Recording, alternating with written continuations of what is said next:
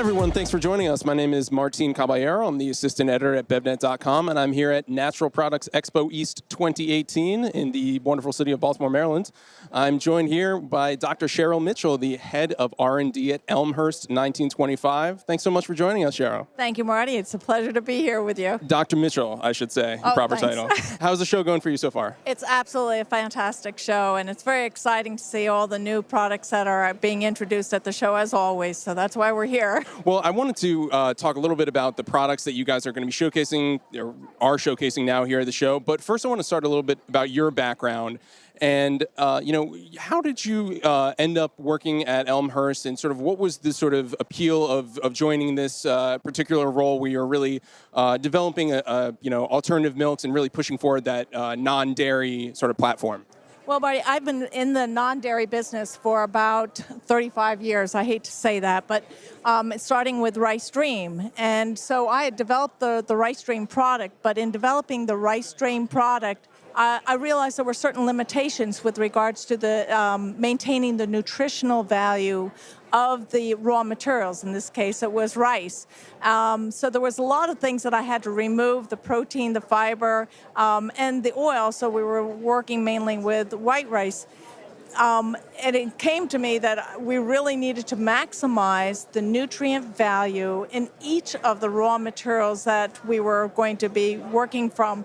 And really, for 2,000 years, we have been milling and grinding the grains, nuts, and seeds. And that was not the way to start out. So I took my research team in about 2000 and started another company. And it was strictly with the research that we were trying to how to maximize the nutrient value in each of the grains, nuts, and seeds. Well, it took us about 5 years, and then putting in a new building and manufacturing facility, but we learned how to do it. So could you talk to us a little bit about that process and how you sort of reflect that greater nutritional profile in the end product for Elmhurst?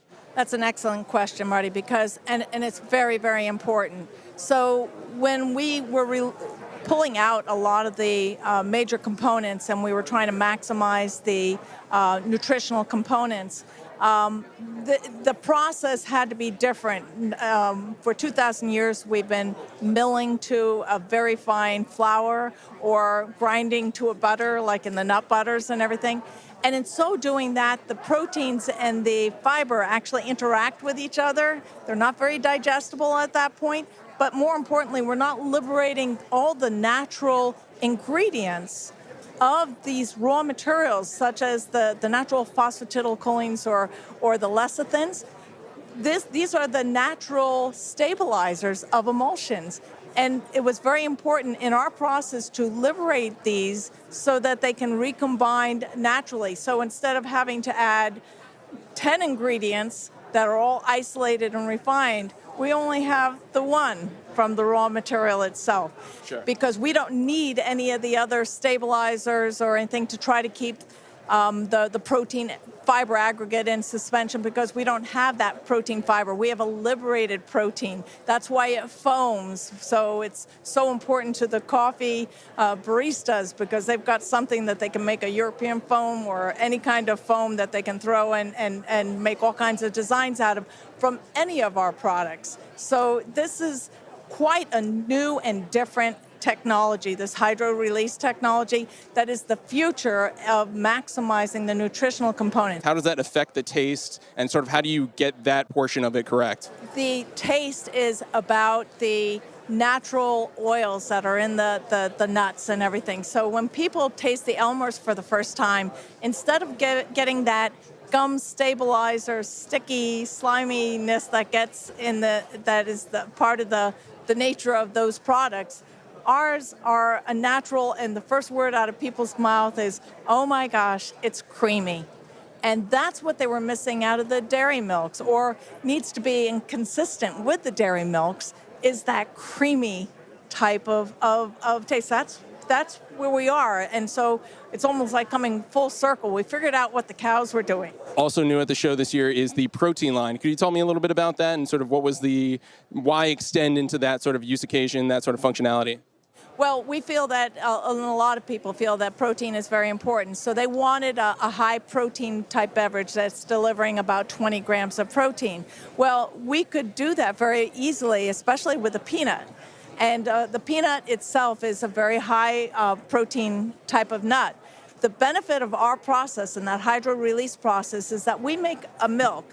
And like the milk or any dairy milk, we can remove and separate the cream mechanically.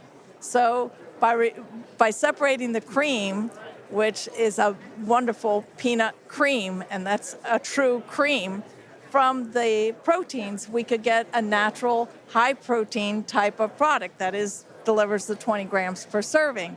But we're not throwing away the cream. The cream is yet to come in as a creamer, and also some of the greatest ice creams that you've ever seen. So it'll be a peanut creamer product? It's not a creamer, because Okay. a creamer implies that you've added a lot of other ingredients to it to make it a creamer. So you can make creamers from fats and added proteins and everything, a conglomeration of different ingredients.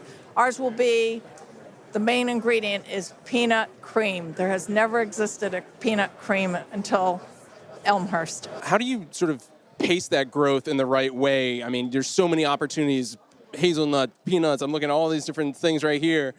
How do you leverage that growth to move purposefully, but, not necessarily spread yourself too thin? This is about sustainability through diversity of raw materials.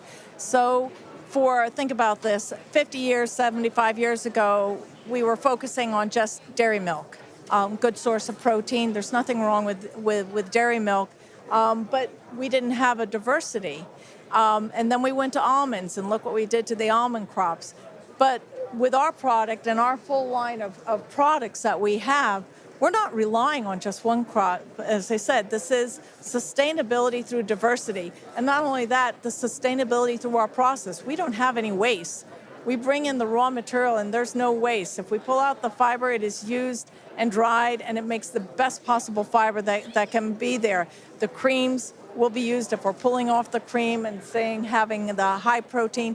So there's so many things that can be done with our products. From a category point of view, it can replace dairy milk in most of your favorite recipes. Just use this. We can make with the rice, you can make the best bechamel sauce. This is because of the functionality. So instead of having just milk or just almond milk in your refrigerator, you can have 4 different milks. Wanted to close by asking you just your thoughts about, the Dairy Pride Act and some of the sort of legal and, I guess, political maneuverings around the definition of milk. We have the dairy producers on one side trying to protect the integrity of that to refer to traditional dairy. Obviously, a lot of plant-based dairy, such as yourselves. How do you guys sort of see your role in that, debate and sort of fostering that business climate? That's a very good question, and I think Gottlieb brought up some interesting ideas with regards to the importance of nutrition. And do I think that the consumers will be confused because labeling-wise, all the milks out there, we're very clearly defining whether it's rice milk or almond milk, and this has been going on for 40 years. So the consumers understand there's no deception with regards to or confusion whether it's dairy milk or a plant-based milk. These are very defined on the labels. We use the term milked. So when we refer to milked walnuts or milked almonds, because we are actually extracting, and that is the other legal definition of milk, or to milk, is the verb is to extract from. And that's the way that we're using, and that's very important because in that extraction process, that's where we're maximizing the nutrients, and that's how we're distinguishing ourselves from the almond milks or the soy milks that are out there that may not be an extraction process and actually doesn't have that much nutritive value. Well, thanks so much, Dr. Mitchell, for taking time to speak with us. Enjoy the rest of the show, and we'll catch you next time. Thank you very much, Marty. Appreciated it.